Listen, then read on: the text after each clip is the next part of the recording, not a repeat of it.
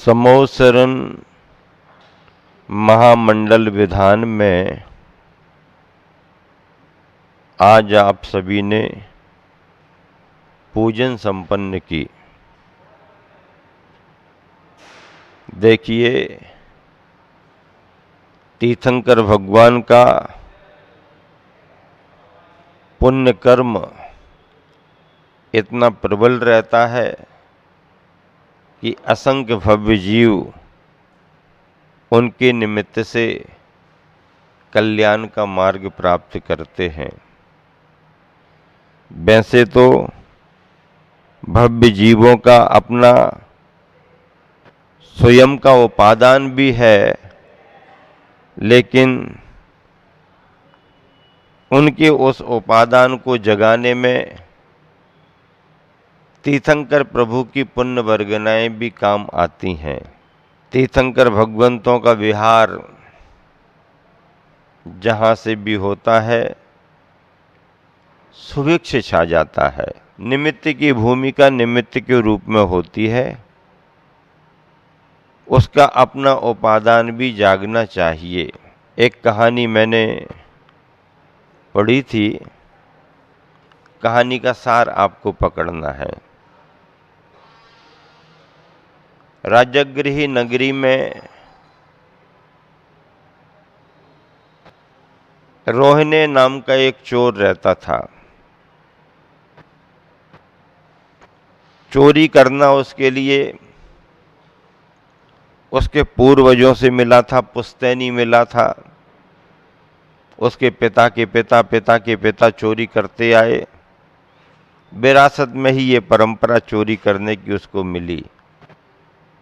रोहिणे भी चोरी करने में माहिर हो गया। उसके पिता ने मरते समय रोहिणे से कहा कि रोहिणे, तू निपुण तो हो गया है, लेकिन एक बात की सावधानी रखना, और वो सावधानी ये है, ये महावीर जो तीर्थंकर भगवान का समोसरण लग रहा है ना, उस समोसरण से दूर रहना। राजगृह नगरी में उस समय महावीर भगवान का समोसरण चल रहा था। तो उसने मरते समय कहा, पिता ने अपने बेटे रोहिणे से, कि देख बेटा, अगर तुम्हें अपने चोरी के इस काम को सही सलामत आगे बढ़ाना है तो ये समोसरण से दूर रहना। एक बार भी अगर तुम्हारे ऊपर महावीर की छाया पड़ गई तो फिर तुम्हारा ये धंधा चौपट हो जाएगा। धंधे में चार चांद लगाना, इसलिए महावीर के समोसरण से दूर रहना। देखो भाई, उपदेश दिया जा रहा है। कोई कोई धार्मिक व्यक्ति बुराइयों से बचने का उपदेश देता है, ये अच्छाई से बचने का उपदेश दे रहा है। अभिप्राय अलग अलग हैं, उद्देश्य अलग अलग हैं। चोर को चोरी करना ही इष्ट है। रोहिणे भी समझ गया, जी पिताजी आप निश्चिंत रहो, मैं संकल्प लेता हूँ कि कभी भी महावीर भगवान के समोसरण में नहीं जाऊंगा, उनकी छाया में भी नहीं जाऊंगा। और रोहिणे चोर इधर उधर बड़ी बड़ी चोरियां करता रहता। इतनी सफाई से करता कि कोई सबूत भी नहीं मिलता, पकड़ा ही नहीं जाता।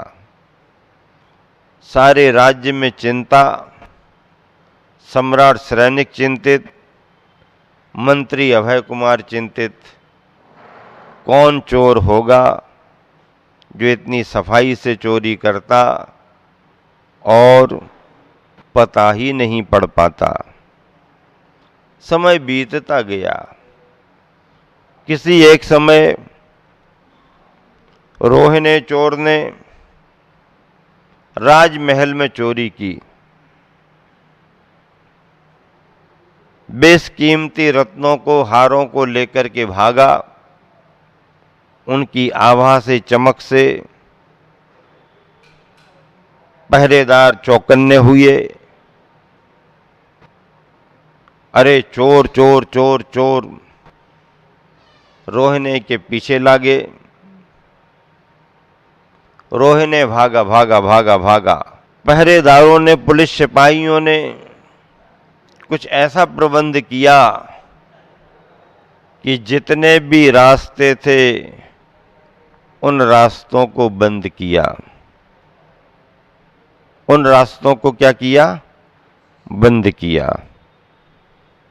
पूरब दिशा में भागने की कोशिश की रोहिणी ने, तो आगे चल कर के उसे लगा यहाँ पर घेराबंदी हो चुकी है। दक्षिण दिशा में उसने नजर दौड़ाई तो उसे लगा इस रास्ते पर भी नाकेबंदी हो चुकी है।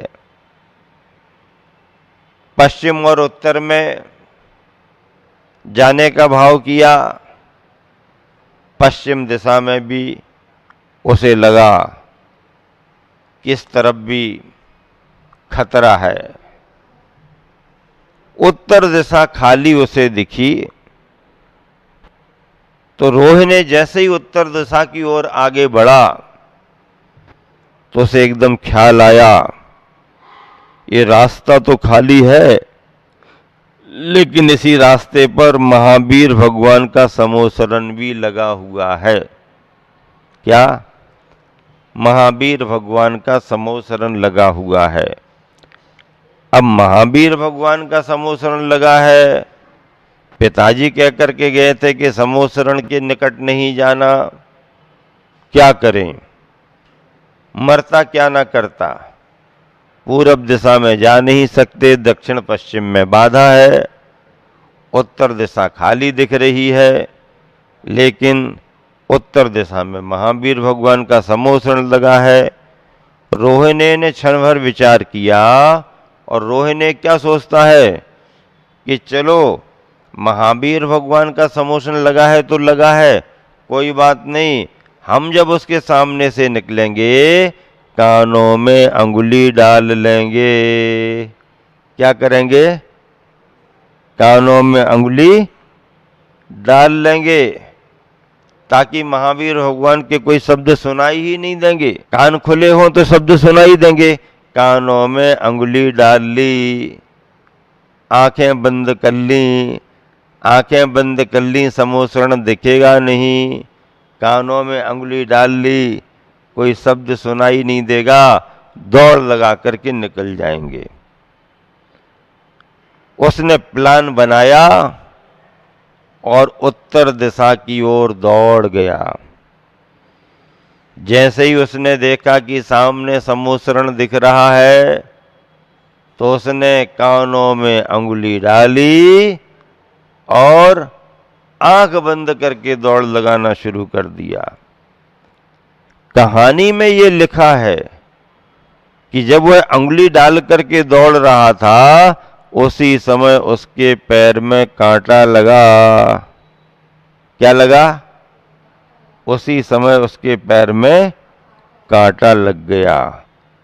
अब कांटा लग गया तो रुकना पड़ा। ओह, अब कैसे दौड़ें? और दौड़ना है तो कांटा निकालना पड़ेगा, और कांटा निकालना है तो कान में से अंगुली निकालना पड़ेगी। एक से एक क्रम बना हुआ है। उसने सोचा झटपट झटपट कांटा निकाल करके फेंक दूं और फिर दौड़ जाऊं।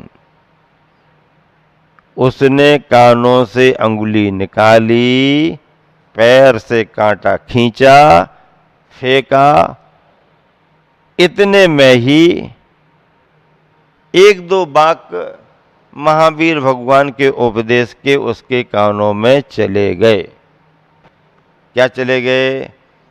देवों की छाया नहीं पड़ती है। प्रवचन चल रहा, उसमें क्या कहा गया? देवों की छाया नहीं पड़ती है। मतलब जैसे मनुष्य त्रियंच वगैरह के शरीर होते हैं, उनमें उजाला आता है, धूप आती है, तो पीछे छाया पड़ जाती है। क्या पड़ जाती है? छाया पड़ जाती है। लेकिन देव अगर खड़े हो जाएं तो चाहे सूरज की धूप आ रही हो, चाहे लाइट का प्रकाश आ रहा हो, छाया नहीं पड़ती। देवों की छाया नहीं पड़ती, ये बात है। अब न चाहते हुए भी ये एक वाक्य उसके कानों के अंदर चला गया, उसके दिमाग ने पकड़ लिया। अब भैया क्या करें? आंखें तो ऐसी हैं कि नहीं देखना है तो बंद कर लो। हमें नहीं देखना तो हमने आंखें बंद कर ली। अब लेकिन हमें नहीं सुनना तो कान कैसे बंद करें? कानों में कोई ऐसा सिस्टम है क्या?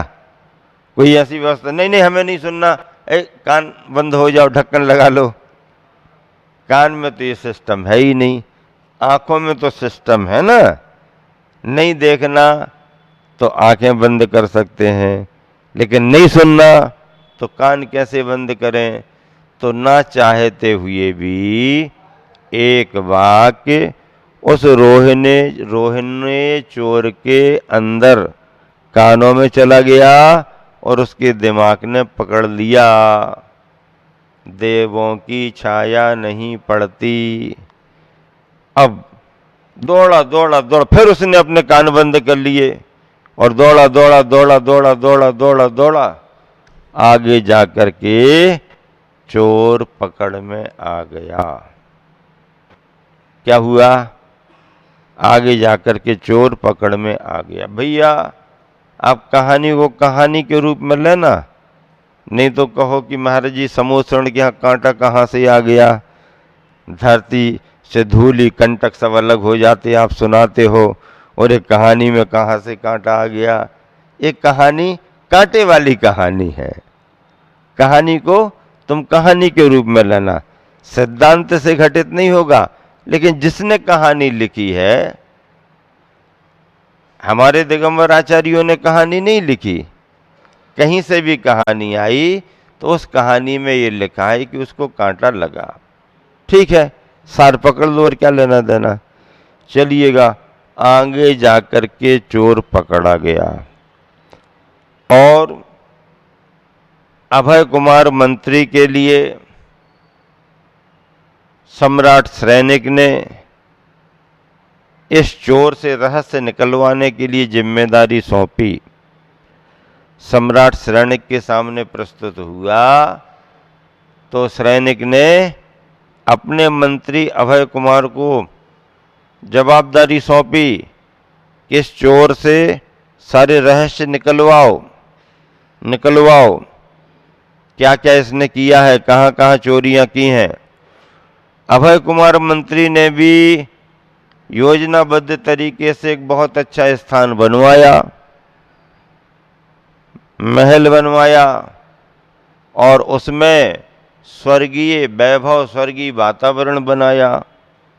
अप्सराएं दिखाई जा रही हैं, देव देवियां दिखाए जा रहे हैं, सब दिखाए जा रहे हैं, और चोर को वहां पर ले जाकर के रखा गया।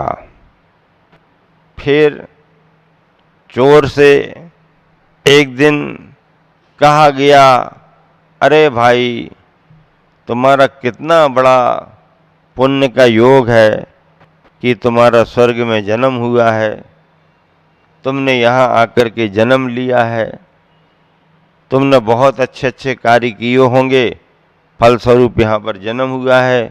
ये देव देवियाँ अप्सराएं आपकी सेवा में हैं।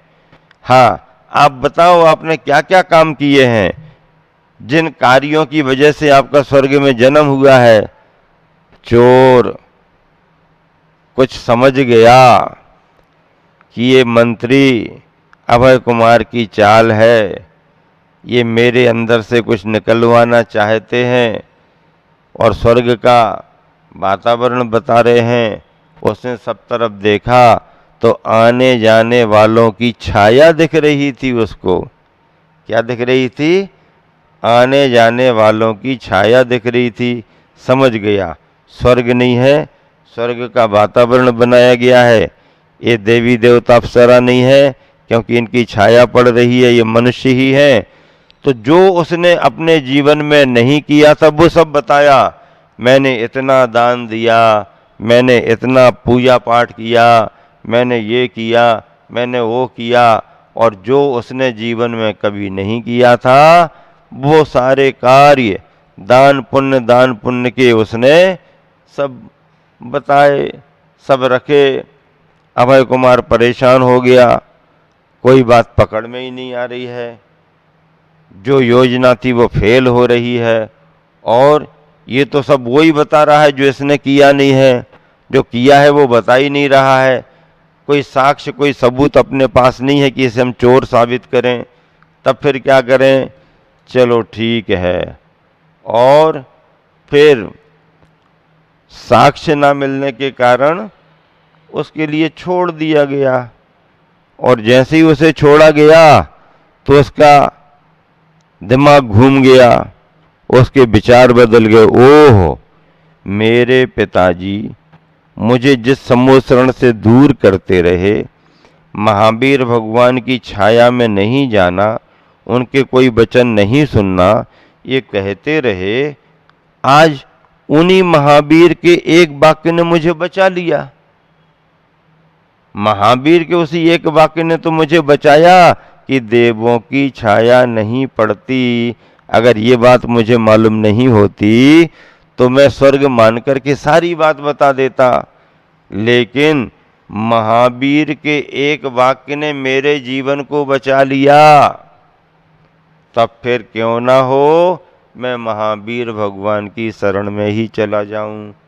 और वो चोर सब कुछ छोड़ करके महावीर भगवान की शरण में पहुंच गया और उसने सारी बुराइयां छोड़ करके महावीर से दीक्षा ग्रहण कर ली। कहने का मतलब ये है कि जो दूर रहता है वो दूर ही हो जाता है, और जो एक बार निकट आ जाता है वो निकट ही आ जाता है। दूर रहोगे तो दूर ही रहोगे, पास आओगे तो फिर पास हो जाओगे। पास होने के लिए भगवान के निकट, भगवान के पास आना पड़ता है। रोहिणी जैसे चोर का जीवन बदल गया, तो आप सब तो इतने बड़े बड़े धर्मात्मा हो, पूजा पाठ करने वाले हो, आपको तो अगर ऐसा समोसरण मिल जाए, ऐसे देवसास गुरु मिल जाएं, ऐसे प्रवचन देने वाले महाराज मिल जाएं, तो फिर तो आपका कहना ही क्या है। चोर भी अपने जीवन को बदल सकता है, तो धर्मात्मा तो अपने जीवन में अपना कल्याण कर ही सकता है। आप सबका भी कल्याण हो और ये समोसरण महामंडल विधान खूब प्रभावना के साथ संपन्न हो। बस यही मेरा संदेश है।